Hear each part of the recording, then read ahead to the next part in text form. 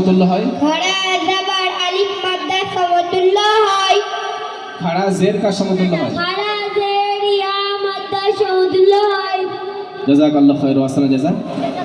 এর সঙ্গে দ্বিতীয় বিষয় হলো বাচ্চাদের হিফজে সূরা, অর্থাৎ কোরআনে কারিমের সূরা মুখস্থ করানো হয়। সূরা ফালাক।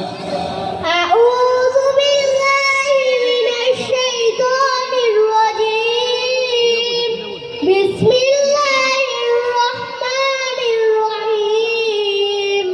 কুল আউযু বিরাব্বিল ফালাক মিন শাররি মা খালাক ওয়া মিন শাররি গাসিকিন ইযা ওয়াকাব ওয়া মিন শাররিন নাফাসাতি ফিল উকদ ওয়া মিন শাররি হাসিদিন ইযা হাসাদ।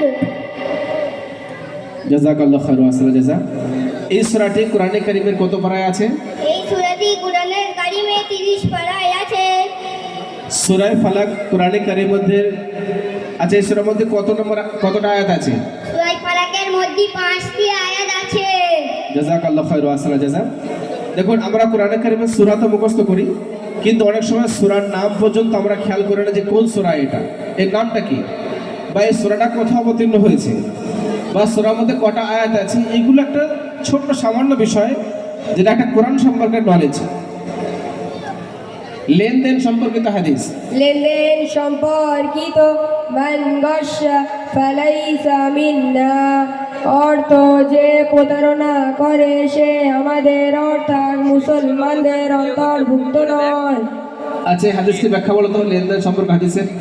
যে প্রতারণা করে সে আমাদের অর্থাৎ মুসলমানদের অন্তর্ভুক্ত নয়।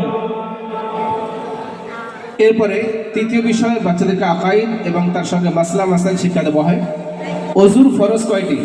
অজুর ফরজ 4টি। নাম্বার 1, কপালে চুলের গোড়া থেকে থুতনির নিচ পর্যন্ত, এক কানের লতি থেকে অন্য কানের লতি পর্যন্ত পুরো মুখমণ্ডল একবার ধোয়া। নাম্বার 2, উভয় হাত কনুই সহ একবার ধোয়া। নাম্বার 3, মাথার এক চতুর্থাংশ একবার